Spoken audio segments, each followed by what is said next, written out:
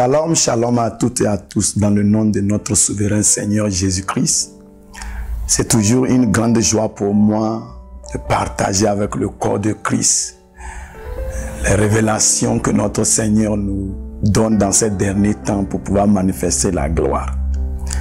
Et aujourd'hui encore, il a préparé quelque chose pour livrer et donner cela au corps de Christ, à nous tous, afin que nous puissions brandir cela et encore manifester, intensifier la gloire que nous sommes en train de manifester dans ces derniers temps. Et avant de recevoir ce mystère, cette clé, il va falloir qu'on se connecte au Maître. Prions. Saint-Esprit, l'heure est arrivée que l'Église soit reconnue dans le monde qu'elle est la lumière du monde. Et en ce moment particulier, nous demandons que tu fasses briller la gloire du Seigneur sur l'épouse qui est l'Église. Et nous savons que cette gloire s'intensifie par les révélations. Et nous sommes là disposés. Laisse que cette révélation siège dans nos cœurs et faire de nous cette lumière au nom de Jésus-Christ. Amen. Nous tous, nous savons que nous sommes dans les derniers moments. Et nous savons que dans ces derniers moments, Dieu est sur le point de faire quelque chose de surnaturel. Dieu ne change pas, mais il change les choses. Et avant que Dieu ne puisse faire une nouvelle chose, il a toujours cette stratégie qu'il adopte. Premièrement, il mobilise. Et quand il mobilise, il enseigne, il entraîne, il forme. Et quand il finit de former ce qu'il a mobilisé, il les équipe.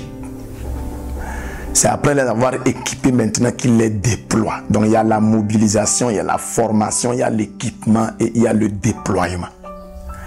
Et alors l'équipe que le Seigneur va utiliser dans ces derniers temps, nous sommes arrivés à la phase de l'équipement. Le Seigneur est en train de nous équiper. Il est en train de nous donner les instruments nécessaires avec lesquels nous allons manifester la gloire. Vous n'êtes pas sans savoir que il y en aura un combat, c'est le dernier combat, où la lumière va prouver que les ténèbres ne valent rien. Et cette lumière, c'est en quelque sorte le corps de Christ dans ces derniers temps. Donc Dieu est en train de nous équiper des outils nécessaires. Dieu est en train d'équiper à l'Église, au corps de Christ, les armes nécessaires pour sortir et envahir le monde. Et ces armes, ces outils, ce n'est que des révélations. Parce que toujours vous devez savoir que la révélation bat toujours la spéculation. Et la force de l'ennemi, c'est l'ignorance. Il cible les zones d'ignorance, d'obscurité et il opère là-bas. Donc si Dieu veut vraiment permettre que le corps de Christ règne et domine, cela ne serait que des révélations qu'il va nous donner. Et avec ces révélations, nous allons dominer. Nous disons toujours que lorsque tu combats un ennemi, tu es avec lui. Mais quand tu le domines, il est sous toi. L'Église ne doit pas combattre. L'Église doit dominer. C'est Jésus qui a combattu. Et quand il a combattu, il nous a laissé la place de la domination. Et nous devons grandir dans notre maturité. Nous devons atteindre une certaine dimension donnée où on sait qu'on a dépassé la phase du combat. On est atteint maintenant à la phase de la domination. Et on domine avec des clés. On domine avec des mystères. Et nous prions que le corps de Christ embrasse ces mystères dans ces derniers temps. Et une chose que Dieu veut que, à travers cet enseignement, nous puissions recevoir, c'est quelque chose de très important qui se trouve dans le corps de Christ que nous banalisons à certain moment donné. Dans Genèse chapitre 1 verset 26, la Bible dit, Dieu a dit, créons les hommes à notre image selon notre ressemblance. Faisons l'homme. Dieu dit, faisons l'homme. Alors quand il dit faisons l'homme, ça veut dire qu'il n'était pas la seule personne qui était là-bas. Il y avait d'autres personnalités. C'est pourquoi il a utilisé le terme faisons l'homme. Et si ce n'était pas une seule personne qui disait faisons l'homme et qu'ils étaient plus d'un, ils n'étaient pas une seule personne, ça veut dire qu'il n'a pas fait aussi l'homme une seule personne. Il a fait l'homme exactement selon le nombre qu'ils étaient en disant faisons l'homme. Et nous fouillons bien, nous trouvons que c'était la Trinité qui parlait en ce moment. Dieu s'adressait aux autres membres de la Trinité. Dieu est bien sûr un, mais il se manifeste en trois manifestations. C'est-à-dire Dieu le Père, le Fils et le Saint-Esprit. Alors s'il dit faisons l'homme à notre image, ça veut dire que l'homme a une Trinité. Alors je voudrais vous tendre une arme qu'on appelle la Trinité humaine. La Trinité humaine. L'homme est une Trinité. De la même manière dont Dieu est Trinité, l'homme est Trinité. Parce que la preuve, Dieu a créé l'homme à son image. Vous allez voir que le monde a été créé par cette Trinité divine. Alors si nous les hommes qu'il a créés à notre image, nous voulons créer et changer ce monde-là, ça doit être par le fonctionnement de cette Trinité. Alors il y a une Trinité qui est cachée dans l'homme. Elle fonctionne exactement comme les manifestations de la Trinité. Et lorsque nous découvrons la Trinité humaine, automatiquement nous allons commencer par créer comme notre Père crée. Il va falloir que nous comprenions certaines choses. La plus grande puissance ne se trouve pas au ciel, elle se trouve sur la terre. Et elle ne se trouve pas quelque part loin des hommes. Elle se trouve dans le corps de l'homme. L'Église a beaucoup banalisé le rôle ou bien l'importance du corps dans l'homme. On l'appelle souvent chair. Le corps n'est pas la chair. Et dans ces derniers temps, le Saint-Esprit est en train d'ouvrir nos yeux pour que nous comprenions la valeur du corps. Voilà la raison pour laquelle, pour que la parole puisse manifester sa gloire, il a fallu qu'elle se fasse chair. Elle ne s'est pas faite esprit, elle s'est faite chair. Ça veut dire que Dieu, en nous donnant le corps, en quelque sorte, ce n'était pas une faiblesse qu'il a donnée à l'homme, mais c'était une puissance, une art, un mystère. Et c'est dans le corps de l'homme que se trouve quoi? La Trinité. Si nous voulons seulement marcher dans notre vie chrétienne en se focalisant seulement sur la partie spirituelle de l'être humain, nous allons oublier cette grande partie et nous n'allons pas être efficaces dans notre vie. Nous devons retourner le regard sur notre corps. Qu'est-ce que c'est que ce corps que Dieu a donné à l'homme? Et c'est ce corps-là qui permet à l'esprit humain d'être sauvé. Parce que tu ne peux pas être sauvé quand tu es déjà mort. C'est quand tu es dans le corps que tu peux être sauvé. Donc ça veut dire que c'est le visa, c'est le corps qui est le visa qui te permet d'être sauvé. Alors, dans le corps est le temple de la Trinité humaine.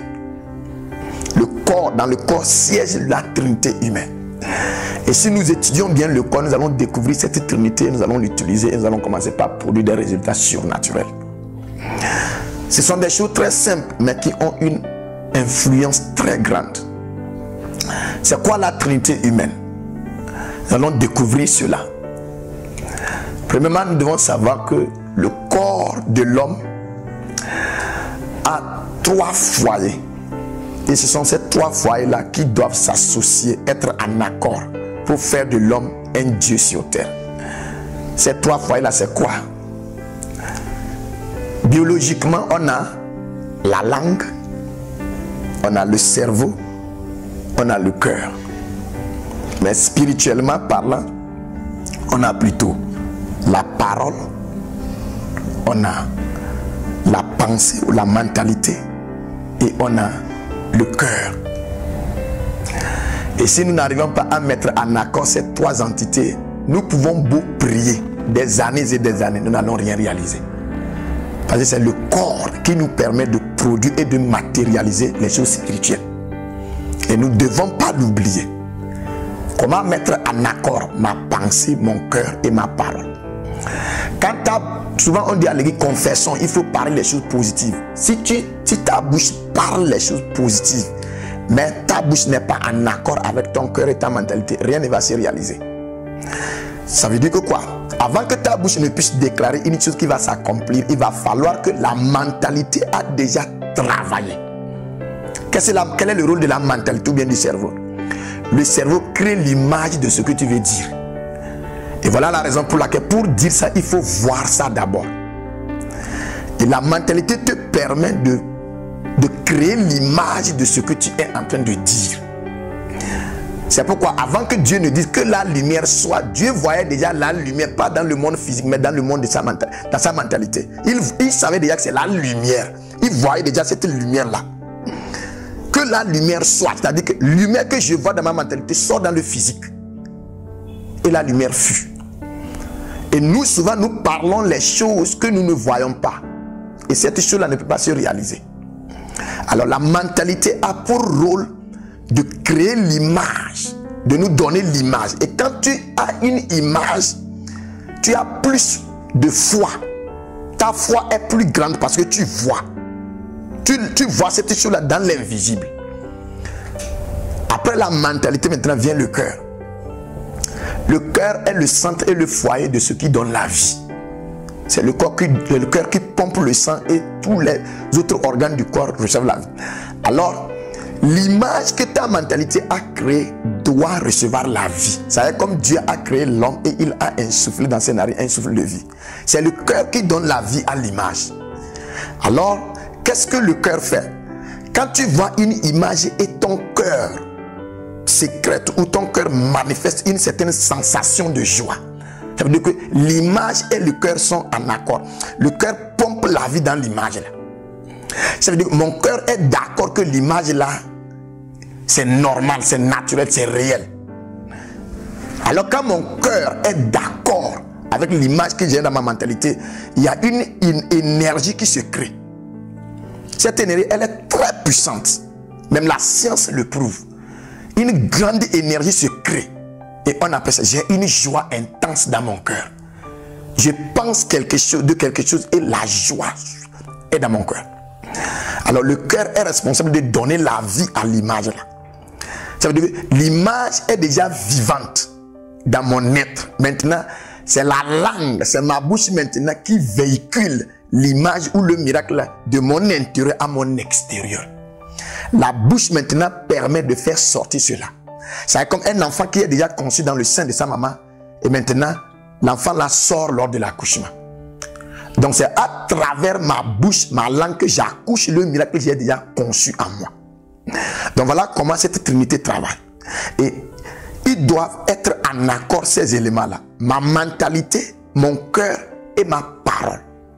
Nous ne devons pas dire des choses que notre mentalité n'a pas visualisées et notre cœur n'est pas encore d'accord. Alors voilà comment fonctionne cette trinité. La trinité humaine est très puissante et beaucoup de personnes l'ont utilisée dans le corps de Christ. Ils ont produit des miracles. Et je pense qu'en ce moment particulier, le Saint-Esprit veut que nous manifestons cette grandeur-là. C'est pourquoi il nous donne ces mystères, ces secrets. Utiliser la trinité humaine pour créer comme notre Père est en train de créer.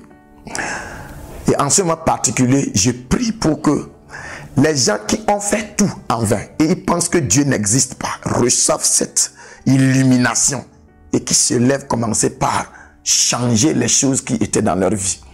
Je déclare que ta trinité ressuscite. Je convoque la présence de notre Seigneur à revitaliser cette présence, cette trinité, afin que tu puisses produire les résultats. Au nom de Jésus-Christ. Tu es richement béni par ce message. Shalom.